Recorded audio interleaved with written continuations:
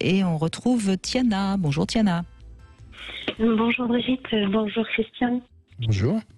Donc vous avez eu des difficultés aussi, je crois, à être enceinte. Oui, voilà, oui, c'est ça, oui.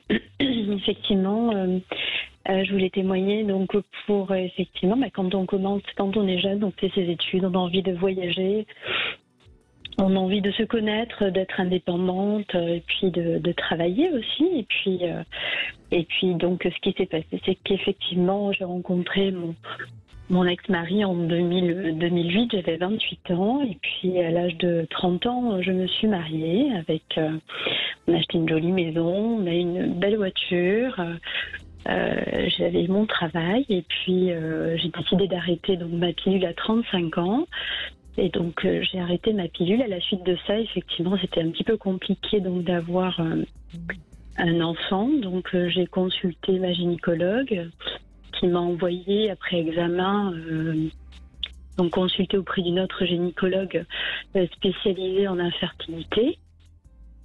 Donc là, on a fait beaucoup plus d'examens, et puis il faut savoir qu'entre tous ces examens, ils passent tout le temps un mois, voire 2 mois, puisque les rendez-vous sont assez loin.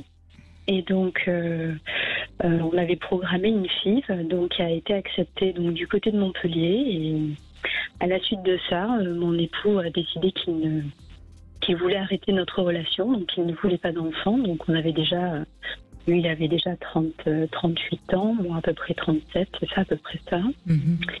Donc, nous avons divorcé. Et donc voilà, donc c'est vrai que c'est compliqué de pouvoir aujourd'hui rencontrer quelqu'un. Bon, maintenant j'ai 40 ans, je vais sur mes 41 ans. Rencontrer quelqu'un qui...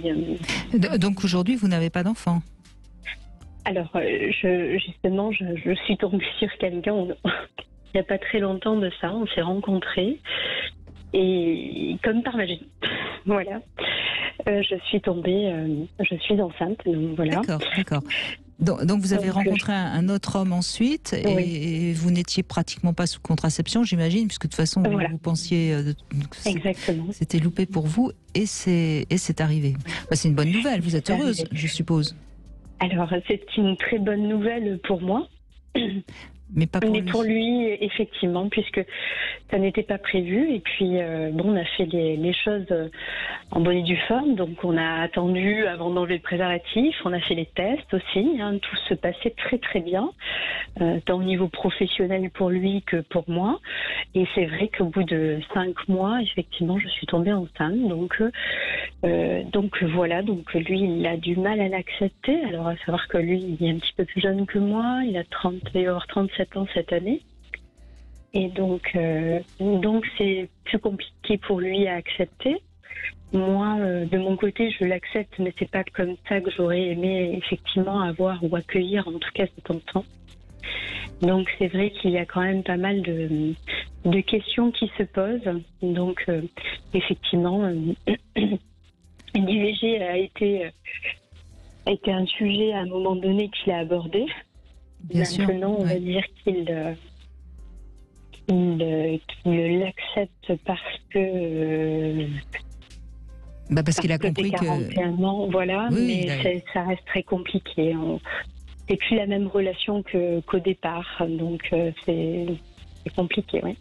De toute façon, quand dans une relation il y a du tiers qui apparaît, et quand je dis du tiers, ça peut être autre chose qu'un enfant, ça peut être ça peut nuire à l'entente de la relation, parce que c'était pas comme, si je puis dire, votre contrat de départ. Voilà, oui. Maintenant, vous avez visiblement quand même la chance qu'ils comprennent que pour vous c'est le choix de la dernière chance en quelque sorte. Oui, tout à fait, oui. Mais c'est vrai que pour vous, au fond, Tiana, c'est une question idiote que je pose, parce que je déteste qu'on ait des regrets. Mais est-ce que vous regrettez de ne pas avoir finalement essayé d'avoir un enfant quand vous étiez beaucoup plus jeune? Alors, quelque part oui, mais après c'est vrai que j'ai fait tellement de choses, j'ai voyagé et puis j'ai travaillé et j'ai eu de très bons collègues.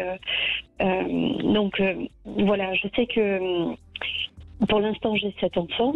Si demain je venais à plus en avoir, je pense que vraiment, je regretterais, oui. Oui, je comprends bien. Oui. En fait, ce que vous trouvez dommage, c'est que ce soit pas l'enfant de l'amour, quoi, en quelque sorte. C'est Voilà, oui, tout à fait.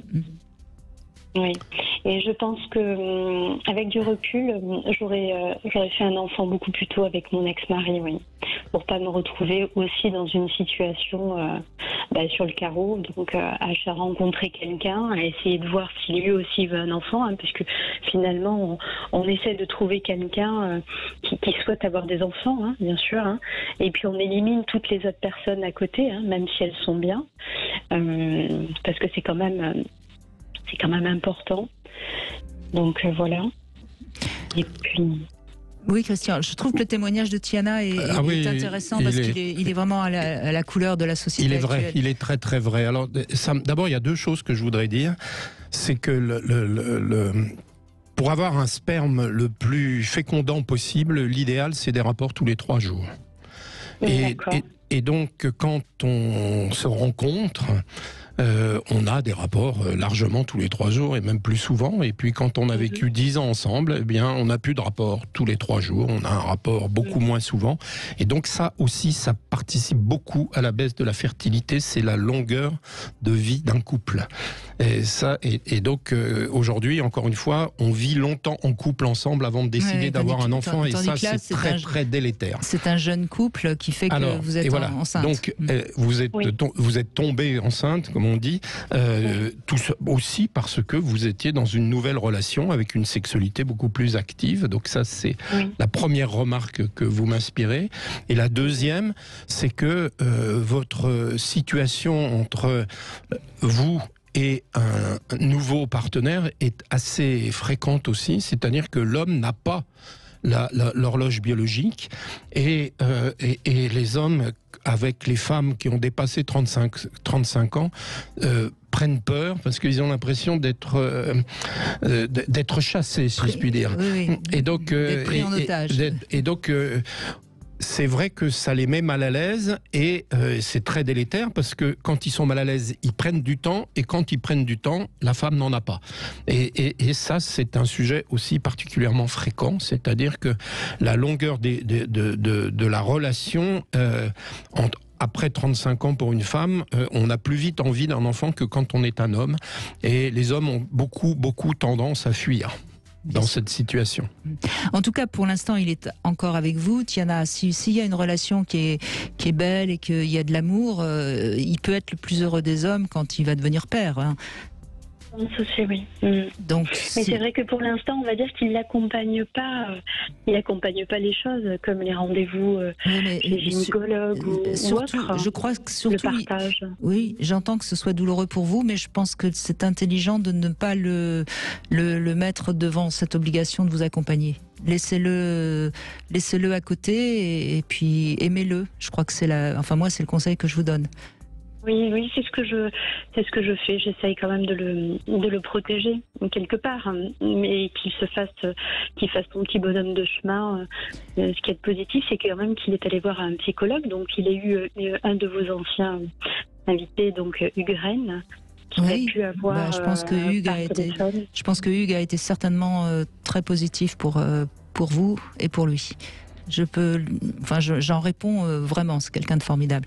Donc peut-être que ça va s'arranger tout ça quand l'enfant sera là. Mais c'est vrai que c'est difficile pour vous parce que c'est une grossesse que vous allez devoir faire un peu seul. Mais je pense que c'est vraiment comme ça qu'il faut essayer de faire pour que tout se passe bien. Merci beaucoup en tout cas pour ce témoignage.